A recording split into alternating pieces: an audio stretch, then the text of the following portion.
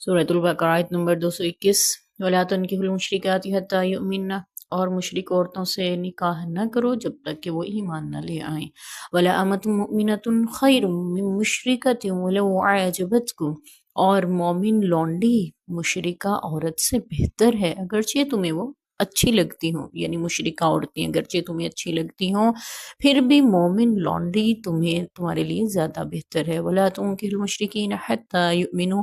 اور مشرک مردوں سے بھی نکاح مت کرو، اپنی عورتوں کو مشرک مردوں کے نکاح میں مت دو جب تک کہ وہ ایمان نہ لے آئیں۔ وَلَعَبْدٌ مُؤْمِنٌ،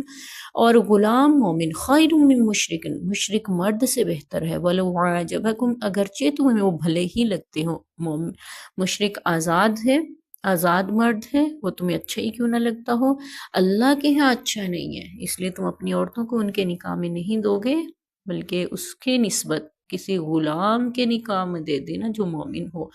اولئک یدعون الی النار، یہ دوزخ کی طرف بلانے والے ہیں۔ واللہ یدعو الی الجنۃ والمغفرۃ باذنہ، اور اللہ اپنے جنت کی طرف اور بخشش کی طرف بلاتا ہے اپنے حکم کے ساتھ، یعنی اپنے احکامات تمہیں دیتا ہے جس پہ عمل کر کے تم اس کی مغفرت، بخشش اور جنت کو پا سکتے ہو۔ وَيُبَيِّنُ آیَاتِهِ لِلنَّاسِ لَعَلَّهُمْ يَتَذَكَّرُونَ،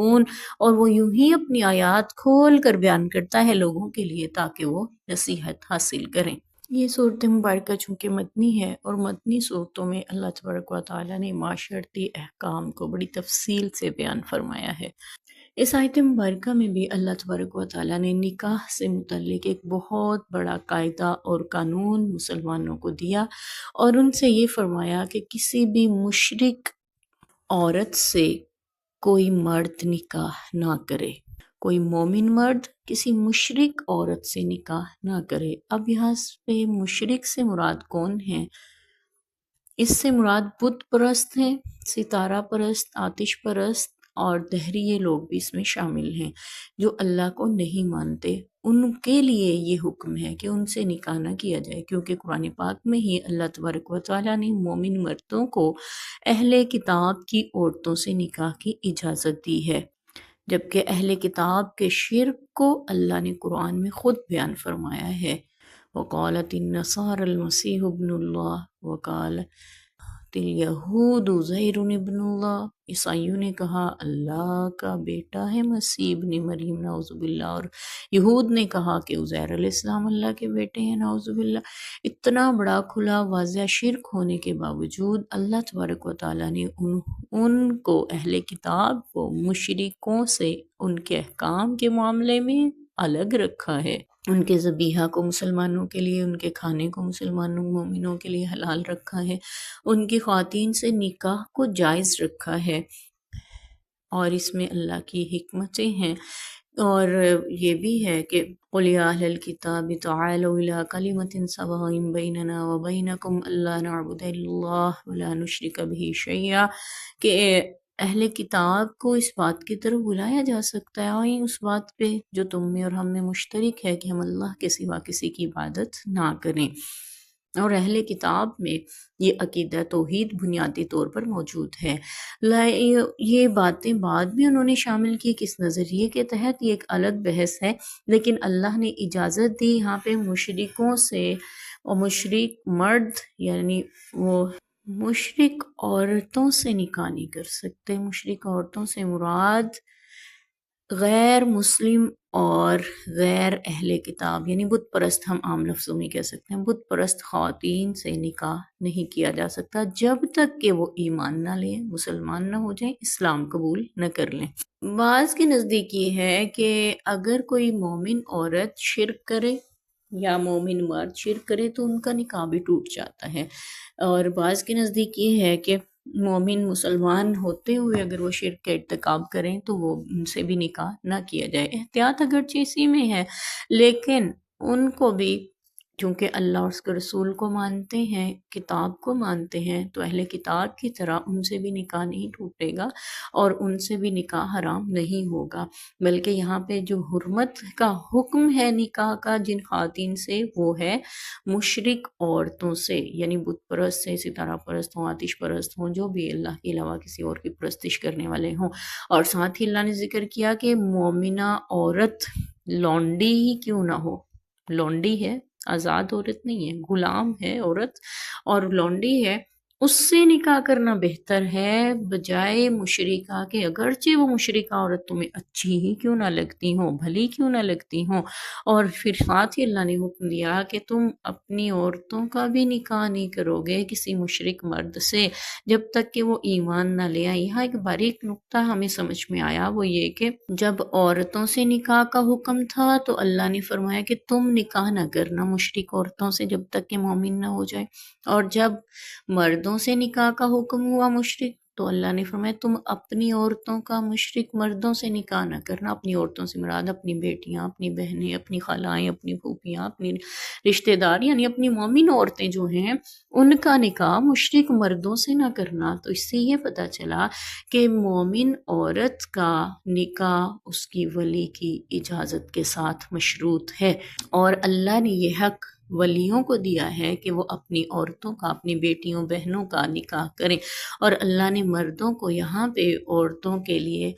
ولی ٹھہرایا ہے کہ تم اپنی عورتوں کا نکاح کرو، وہ خود اپنا نکاح نہیں کر سکتی۔ یہیں پہ ہمیں اس بات کو بھی سمجھ لینا چاہیے کہ کوئی بھی خاتون اپنا نکاح نہیں کر سکتی سوائے بیوہ یا مطلقہ کے۔ کوئی کنواری لڑکی اپنا نکاح نہیں کر سکتی ولی کی اجازت کے بغیر۔ ہاں، بیوہ اور مطلقہ کو شریعت نے حق دیا ہے کہ وہ اپنا نکاح خود کر سکتی ہیں، یعنی وہ خود اپنی ولی بن سکتی ہیں، لیکن کنواری لڑکی کے لیے ولی کی اجازت اور رضامندی کا ہونا شرط ٹھہرایا گیا ہے۔ لڑکی کی رضامندی بھی شامل ہونی چاہیے اور ولی کی رضامندی بھی، اور حدیث پاک کا مفہوم ہے کہ جس نے ولی کی اجازت کے بغیر نکاح باطل ہے، باطل ہے، باطل ہے۔ اب ہمارے ہاں کچھ خواتین لڑکیاں ہوتی ہیں گھر سے بھاگتی ہیں، شادی ہو جاتی ہے، تو پھر یہاں پہ ان کے لیے مسئلہ ہے کہ ولی اس بات پہ راضی نہیں ہے، انہوں نے زبردستی خود شادی کی تو وہ نکاح نہیں ہوتا، لیکن بعض اس میں یہ کہتے ہیں کہ حکومت ان کا ولی بن کے ان کا نکاح کرتی ہے ورنہ وہ گناہ کی زندگی گزاریں، تو یوں پھر ان کے لیے نکاح ہونا یعنی اس کو قابل قبول سمجھا جاتا ہے۔ بہرحال شریعت کی نظر میں ولی کی اجازت کے بغیر نکاح نہیں ہوتا، خواہ اس میں کچھ، ہاں یہ تفصیل ضرور موجود ہے کہ کسی کا ولی ظالم ہے، ناحق اس کا نکاح، جیسے والدین فوت ہو چکے ہوتا ہے، چچا ہوتے ہیں یا دور کے رشتہ دار ہوتے ہیں، تو کسی نشئی سے، کسی بوڑھے سے، کسی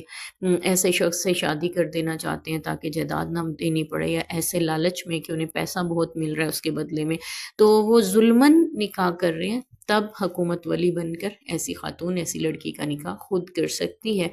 تاکہ اس کو اس کے ولیوں کے ظلم سے بچایا جا سکے۔ واللہ عالم۔ یہ قانون بھی ہمارے ملک میں پاکستان میں اسی لیے بنائے گئے ہیں تاکہ ان کو تحفظ دیا جا سکے، مظلوم خواتین کو، لیکن اس کا ناجائز استعمال جو کر رہے ہیں ان کو اس سے ڈرنا چاہیے کہ نبی پاک صلی اللہ علیہ وسلم کی حدیث کا مفہوم ہے کہ ولی کی اجازت کے بغیر نکاح باطل ہے، باطل ہے، باطل ہے، وہ ہوتا ہی نہیں ہے۔ اور یہاں پہ اللہ نے ہمیں یہ نقطہ سمجھا دیا کہ تم نے عورتوں کا نکاح مشرک مردوں سے نہیں کرنا، اپنی بیٹیوں بہنوں کا نکاح مشرک مردوں سے نہیں کرنا،